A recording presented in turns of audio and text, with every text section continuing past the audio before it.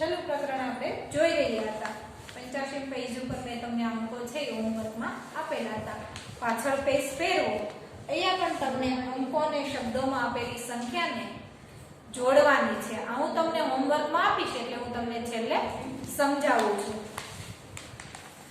જો અહીંયા નીચે કેટલા દશક અને કેટલા એકમ તમને સામસામે બંને જે કોષ્ટક આપેલા છે એની અંદર અહીંયા જે સંખ્યા આપણને આપેલી છે, મેં અહીંયા સંખ્યા એક કોષ્ટક છે હું તમને કરાવું છું। તમને સંખ્યા આપેલી છે, આપણે દશક અને એકમની અંદર દર્શાવવાનું છે। આપણે દશક એકમ છે એ આપણે આગળ શીખી ગયા છીએ। શીખી ગયા ને આપણે આગળ મણકાઓ દ્વારા આપણે શીખી ગયા છે, અલગ ચેપ્ટરની અંદર પણ આપણે જોઈ ગયા છીએ। જોઈ ગયા છીએ ને?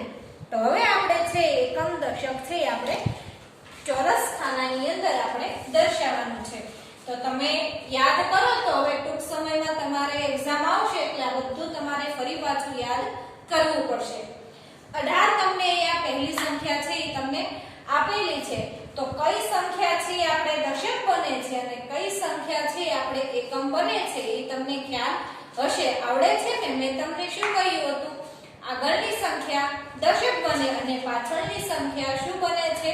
એકમ બને છે। તો એક છે એ આગળની સંખ્યા થઈ એટલે એ શું બનશે? આપણે દશક બનશે। યાદ છે ને બધાને? એક છે એ શું બને છે? દશક બને છે અને 8 છે એ શું બને છે? એકમ બને છે। દશક અને એકમ 29 આપ્યા છે તો 2 એ દશક અને 9 છે એ એકમ બને। 37 છે તો 3 એ દશક બને અને 7 એ શું બને છે? એકમ। 45 આપ્યા છે તો 4 એ દશક અને 5 એ એકમ। 56 આપ્યા છે, 56 માં પણ 5 એ શું બને છે? દશક બને અને 6 એ શું બને છે? એકમ બને છે। પછી આવે છે 64 તો 64 માં પણ 6 એ શું બને છે? દશક અને 4 એ શું બને છે? એકમ બને। એટલું યાદ રાખવાનું, આમ તમને યાદ ન રહે તો તમારે શું કરવાનું? આગળની સંખ્યા દશક અને પાછળની સંખ્યા શું બને છે? એકમ। એટલું તો યાદ રહેશે ને તમને?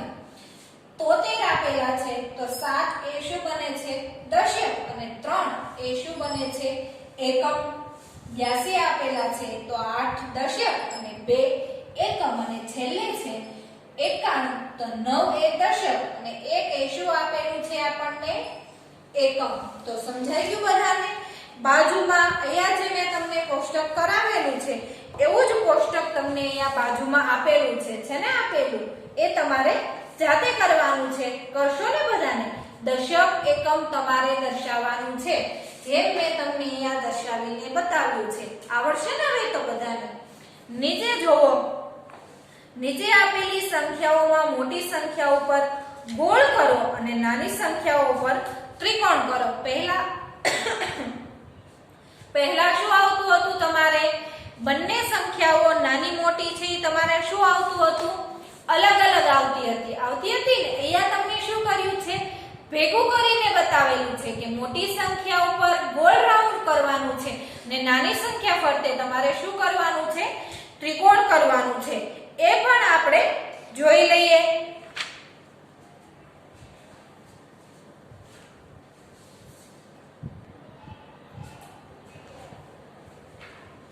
હવે અહીંયા જુઓ, તમને અહીંયા જુઓ નીચે સરસ મજાના છે નાની સંખ્યા અને મોટી સંખ્યાઓ આપેલી છે। બધી જ સંખ્યાઓ અહીંયા ચોરસ ખાનામાં લખી છે।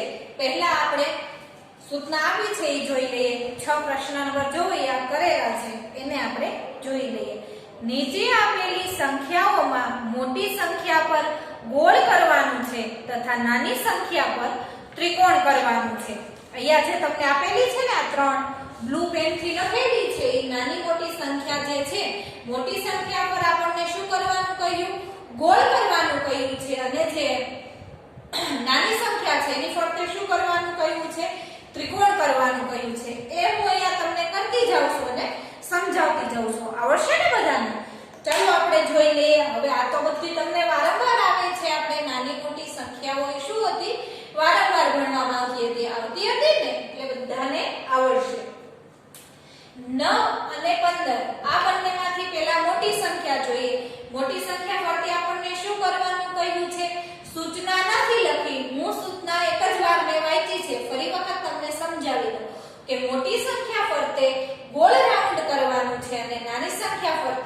શું કરવાનું છે? આમાં શું કરવાનું છે?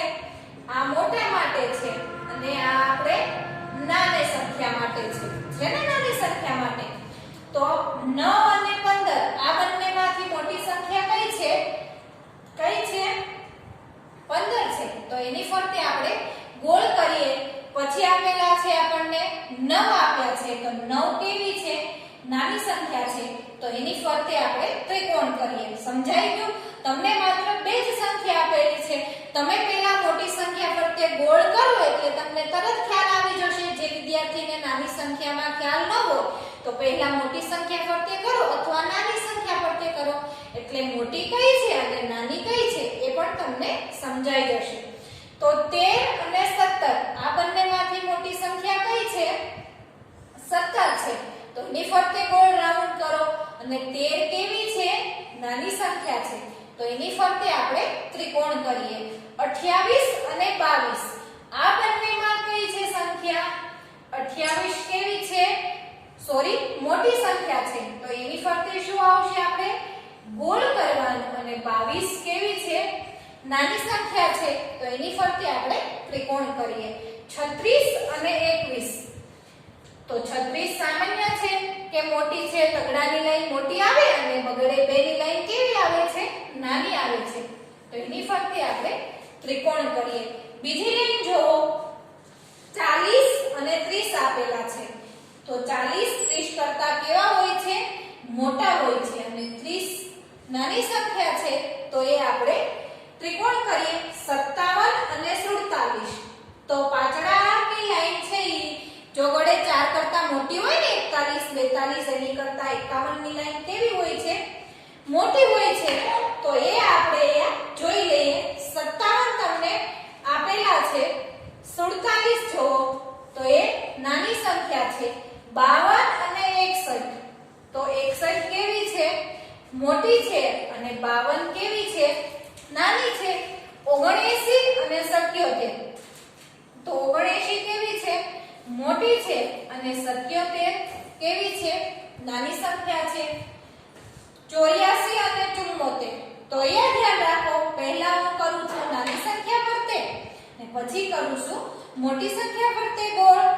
37 અને 73 તો આ બંનેમાં પણ આપણે 73 કેવી છે? મોટી સંખ્યા છે અને 37 કેવી છે? નાની સંખ્યા. 85 અને 58 આ બંનેમાં કઈ સંખ્યા મોટી છે? તો આઠડે પાછળે 85 અને 58 કેવી છે? નાની. છેલ્લે આવે છે 96 અને 69 હવે બોલો તો આ બંનેમાં કઈ સંખ્યા છે એ મોટી છે? તો નવડે છગડે 96 અને છગડે નવડે 69 કેવી સંખ્યા બનશે? નાની બને છે. ફરી પાછી હવે સૂચના વાંચી લઈએ. અહીંયા જે આપણને આ 3 બોક્સ આપેલા હતા એ આપણે પૂરા કરીએ. નીચેના જુઓ જે બ્લેક પેન થી મેં અહીંયા લખેલા છે એટલે તમને ખ્યાલ આવે. પહેલા સૂચના વાંચું છું. નીચે આપેલી સંખ્યાઓમાં સૌથી મોટી સંખ્યા પર ગોળ તથા સૌથી નાની સંખ્યા પર ત્રિકોણ કરો. અહીંયા શું કરવાનું છે? 3 સંખ્યાઓ આપેલી છે પણ સૂચના આપણને એની એ જ આપેલી છે કે સૌથી મોટી સંખ્યા ઉપર ગોળ કરવાનું છે ને સૌથી નાની સંખ્યા ઉપર શું કરવાનું છે? ત્રિકોણ કરવાનું છે. નિશાની આપણે આની આ જ રાખવાની છે.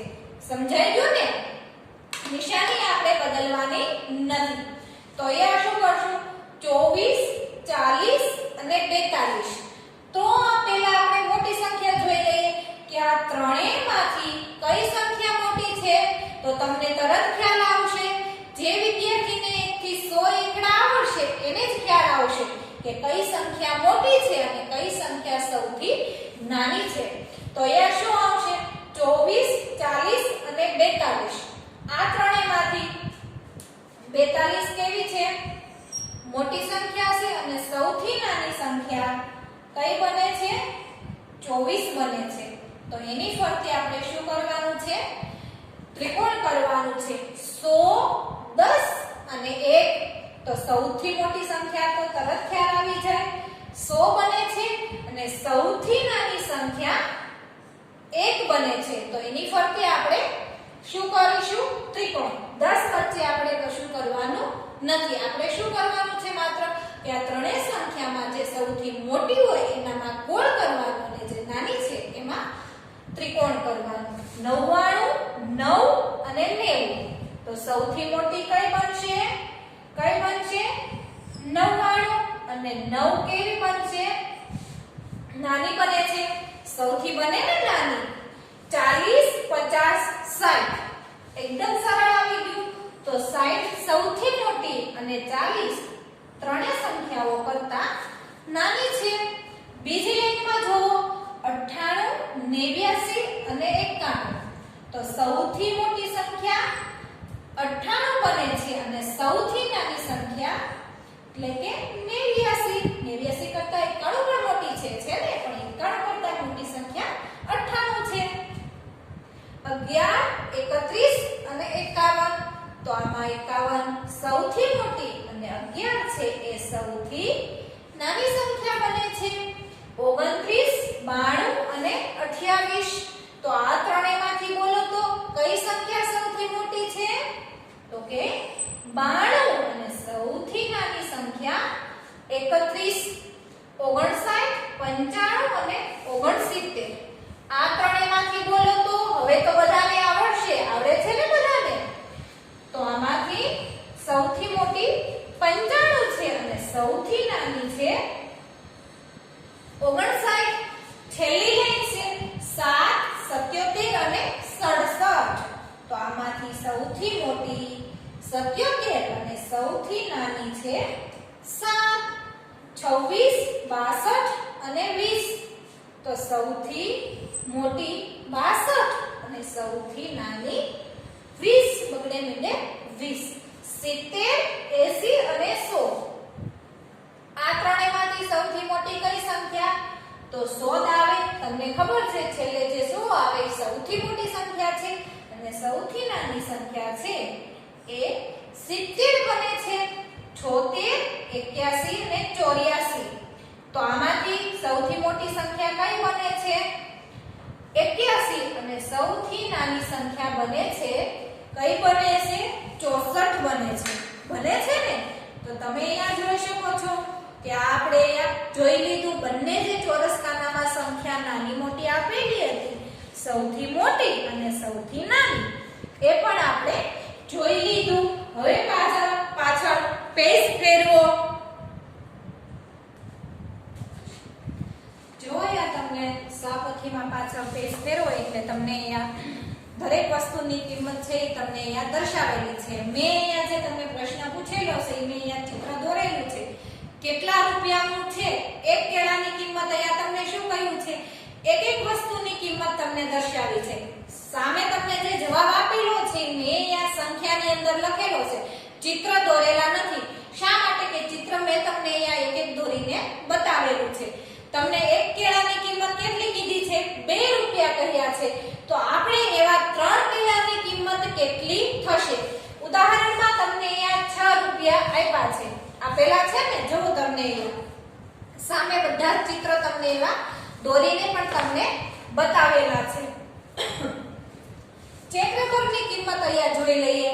તમને અહીંયા એક ચેક રબર આપેલું છે. તમને અહીંયા સિક્કો દર્શાવેલો છે 1 રૂપિયાનો છે ને 1 રૂપિયાનો. તો એવા 8 ચેક રબરની કિંમત કેટલી થશે? એક ચેક રબરની કિંમત કેટલી કીધી છે આપણને? 1 રૂપિયો કહી છે. તો એવા 8 ચેક રબરની કિંમત આપણે કેટલી થશે? 8 રૂપિયા થશે. આવડશે ને બધાને? કેટલી થશે? 8 રૂપિયા. પછી નીચે જુઓ, પેનનું ચિત્ર આપેલું છે. એક પેનની કિંમત તમને દર્શાવી દીધી છે. કેટલી થઈ છે? 5 નો સિક્કો તમને દોરેલો છે ને દોરેલો 5 રૂપિયા કહી છે. તો એવી 4 પેનની કિંમત કેટલી થશે? એક પેનની કિંમત આપણને 5 રૂપિયા કહી છે. તો એવી 4 પેનની કિંમત કેટલી થશે? જો અહીંયા કેટલી થશે?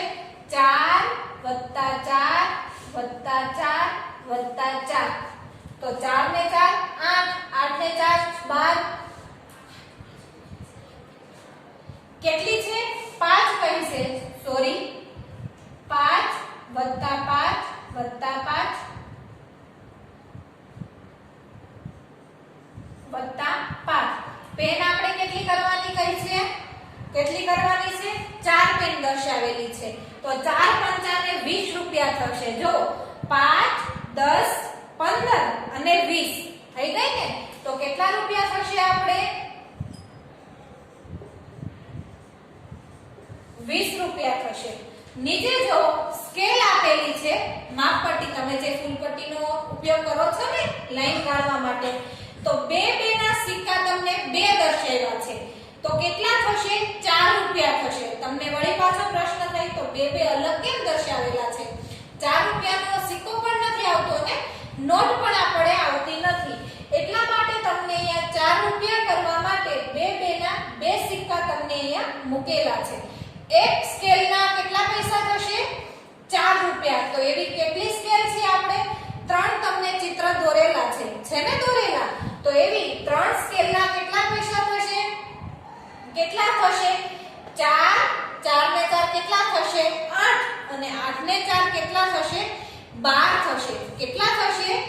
12 રૂપિયા થશે. જો તમને એમ ગણતરી ન આવડે તો તમે મેં જે તમને અહીંયા સરવાળો કરીને પેનનું કર્યું ને, 4 તમારે પેન ખરીદવાની હતી તો મેં 5 ને કેટલી વખત કર્યા છે? 4 વખત. તમારે અહીંયા 4 રૂપિયાને કેટલી વખત ગણવાના? 3 વખત ગણવાના. એટલે કેટલા થશે તમારે? 12 રૂપિયા થશે. પછી નીચે જુઓ, પેન્સિલ આપેલી છે. એક પેન્સિલની કિંમત તમને કેટલી કહી છે? 3 રૂપિયા કહી છે. એક તમને રૂપિયાનો સિક્કો બતાવ્યો અને એક તમને 2 રૂપિયાનો કહ્યો છે. 3 રૂપિયાનો પણ સિક્કો અને નોટ આપણે આવતા નથી. એટલા માટે 1 રૂપિયાનો સિક્કો અને 2 રૂપિયાનો સિક્કો દર્શાવ્યો છે. એક પેન્સિલની કિંમત તમને 3 રૂપિયા કહી છે. તો એવા 5 પેન્સિલની કિંમત કેટલી થશે? કેટલી થશે? 15 રૂપિયા થશે. એને પણ મેં તમને જે અહીંયા ગણાવ્યું છે એવી રીતના તમે ગણી શકો. 5 તેરીને 15. તમને જો ઘડીઓ આવડે તો એવી રીતના પણ તમે ગણી શકો છો. 15 રૂપિયા થાય. છેલ્લે આવે છે દડો એટલે કે બોલ. તમે જે ક્રિકેટ રમો ત્યારે રમો છો ને એ દડો. એની કિંમત કેટલી કીધી છે? બહુ વધારે છે. તો પહેલા આ ત્રણેયના આપણને જે સિક્કા આપ્યા છે એનો સરવાળો કરી લઈએ, પછી જ આપણને આ બે દડાનો જવાબ આપણને મળશે. તો 5, 1 રૂપિયાનો સિક્કો 6 અને ફરી પાછો 2 નો સિક્કો એટલે કેટલી થશે? 6, 7 અને 8. 8 રૂપિયા થયા ને? તો એક દડાની કિંમત એટલે કે એક બોલની કિંમત કેટલી થઈ આપણને? 8 રૂપિયા થઈ. તો એવી બે દડાની કિંમત કેટલી થશે? 16 રૂપિયા થશે. કેટલી થશે? 16 રૂપિયા થાય છે. જો તમને અહીંયા નીચે દર્શાવેલું છે ને? તમારે અહીંયા ચિત્ર આપેલા છે, મેં અહીંયા સંખ્યા લખીને અહીંયા તમને સમજાવ્યું છે. આવડી જશે ને બધાને? તો અહીંયા આપણે જે છેલ્લું જે ચેપ્ટર છે એ પહેલા ધોરણમાં આપણે ગણિત સ્વ અને પાઠ્યપુસ્તક બંનેની અંદર આપણે પૂરું કરીએ છીએ. અહીંયા તમને સરસ મજાના નીચે દર્શાવ્યા પ્રમાણે રંગો પૂરો. તમને અહીંયા સૂચના આપેલી છે કે 10 જે અંક આપેલો છે 10 અંક આખા ચોરસ ખાનામાં આપેલો એની અંદર લાલ રંગ પૂરો. 20 ની સંખ્યા આપેલી છે એની અંદર લીલો રંગ પૂરો. 30 ની સંખ્યા આપેલી છે એની અંદર પીળો રંગ પૂરો. 40 આપેલી છે એ સંખ્યાની ઉપર તમારે કથ્થાઈ રંગ પૂરવાનો છે. 50 આપેલી છે એમાં નારંગી અને છેલ્લે આપેલી છે 60 એમાં તમારે વાદળી રંગ પૂરવાનો રહેશે. પાછળ સરસ મજાની વાર્તા તો સાંભળવી ગમે છે. અહીંયા શું કરવાનું છે? વાર્તા તમારે જાતે બનાવવાની છે. પહેલા અહીંયા બનાવવાની છે અને પહેલો ક્રમ કયો આવે છે એ તમારે દર્શાવવાનો છે. આ હું તમને નહીં કહું. શા માટે? તમે નાનપણથી આ બધી વાર્તાઓ તમે સાંભળીને આવ્યા છો ને? તમારા દાદીમા પાસેથી, તમારા મમ્મી પપ્પા પાસેથી તમે સાંભળી હશે. એટલે હું તમને અહીંયા ક્રમ કહેતી નથી. નીચે જોવો, એક બાળક છે એ વાંસની સરસ મજાની ટોપલી બનાવે છે. એનું ચિત્ર આપેલું છે અને બાજુમાં પણ વાર્તાનું ચિત્ર આપેલું છે. એના પરથી તમારે વાર્તા છે એ બનાવવાની છે. હવે આવે છે તમારે હોમવર્કનો વારો આવે છે. તો અહીંયા મેં શરૂમાં તમને કહ્યું હતું કે સરસ મજાનું તમને અંકો શબ્દોમાં આપેલી સંખ્યાઓ સાથે જોડીને પેજ નંબર યાદ રાખજો સ્વાની અંદર 8×6=86 આપેલા છે. તમારે અહીંયા સરસ મજાનો અજગર જેવું સાપ જેવું ચિત્ર તમને આપેલું છે. તમારે શું કરવાનું, અહીંયા તમને અંકોમાં આપેલી છે સંખ્યા અને પછી તમને આપેલી છે શબ્દોમાં સંખ્યા આપેલી છે. તમને જો યાદ ન રહે તો તમારે શું કરવાનું, પહેલા બધે સંખ્યા લખી નાખવાની. 20 થી શરૂ થાય છે અને છેલ્લે પૂરી ક્યાં થાય છે, 70 સુધીની સંખ્યા છે. આમાંથી એક પણ અંક તમારે બહારનો નહીં હોય. 20 થી 70 સુધીની સંખ્યા તમારે ગણતું જવાનું છે. ઉદાહરણ તરીકે તમને અહીંયા આપેલા છે શબ્દો અને અંક બંને તમારે જોડતું જવાનું છે. આવડશે ને બધાને? આ તમારું એકદમ સરળ એકદમ હોમવર્ક છે, તમને ગમે એવું. તો એ આપણે છેલ્લો પાઠ જે છે એ આપણે અહીંયા પૂરો કરીએ છીએ. આવજો, આભાર.